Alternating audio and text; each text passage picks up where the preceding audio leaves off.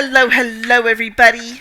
Welcome back to the Q&A. I have had like a ton of stuff happen in my personal life, so we're going to be talking about that in a couple of later videos. You probably have seen some this week. There'll be some next week, so it's just a lot.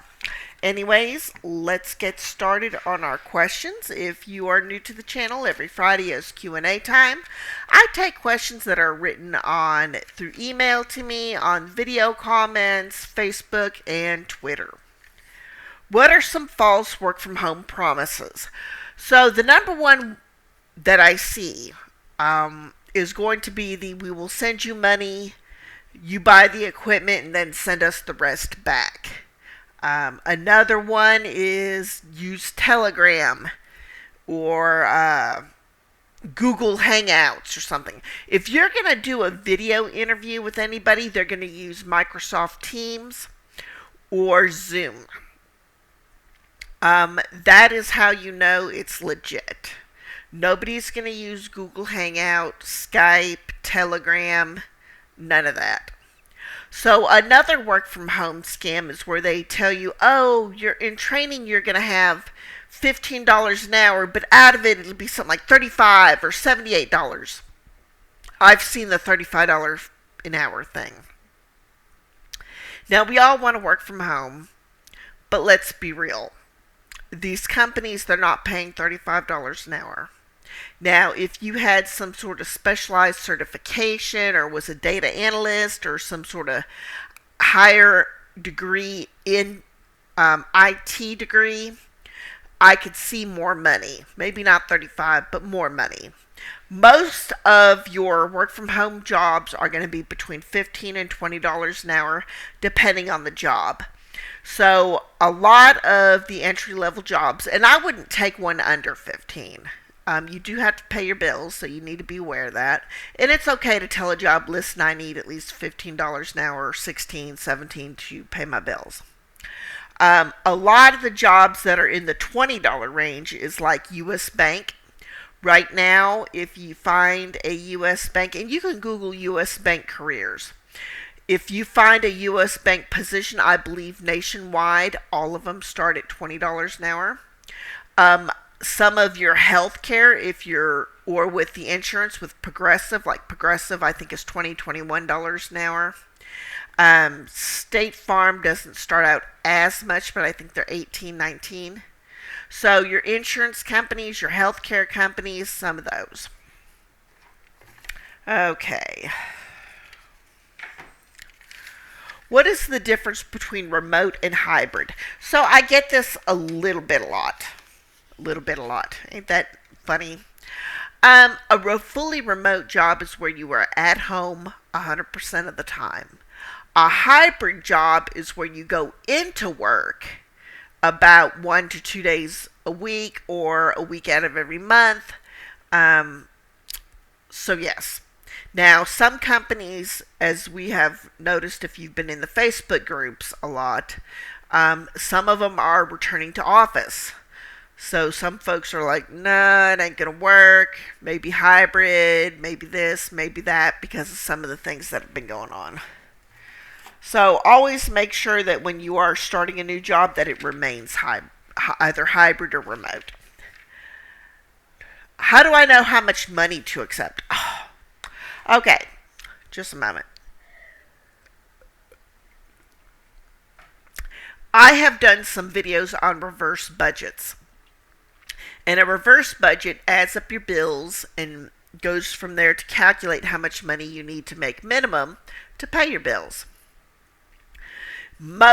If you have no work from home experience, if you are a stay-at-home parent, I'm not going to say stay-at-home mom because we do have stay-at-home dads, stay-at-home aunties, stay-at-home grandmas, and uncles and everything.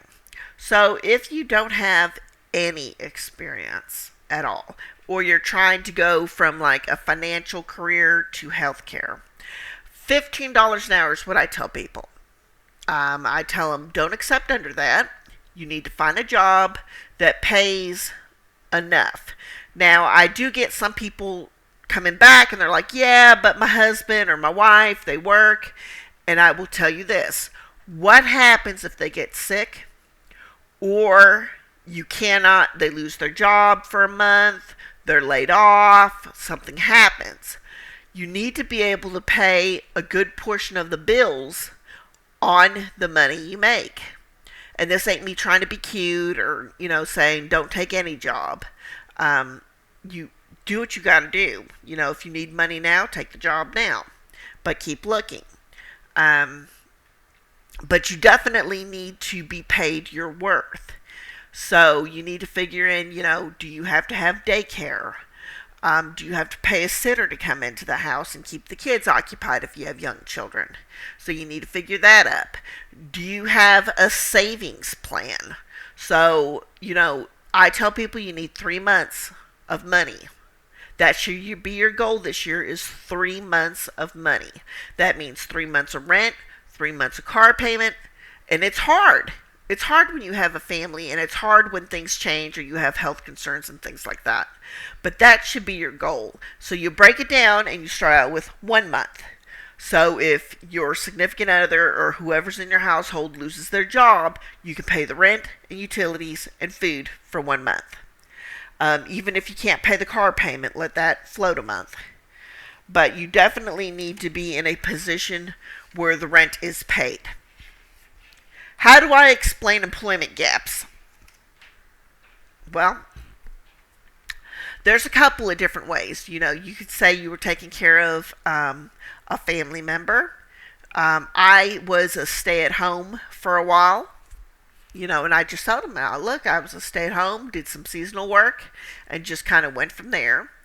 I wouldn't fudge the dates of employments around that gap, because some companies like HireVue, Sterling, or whatever are very strict about your start and end dates.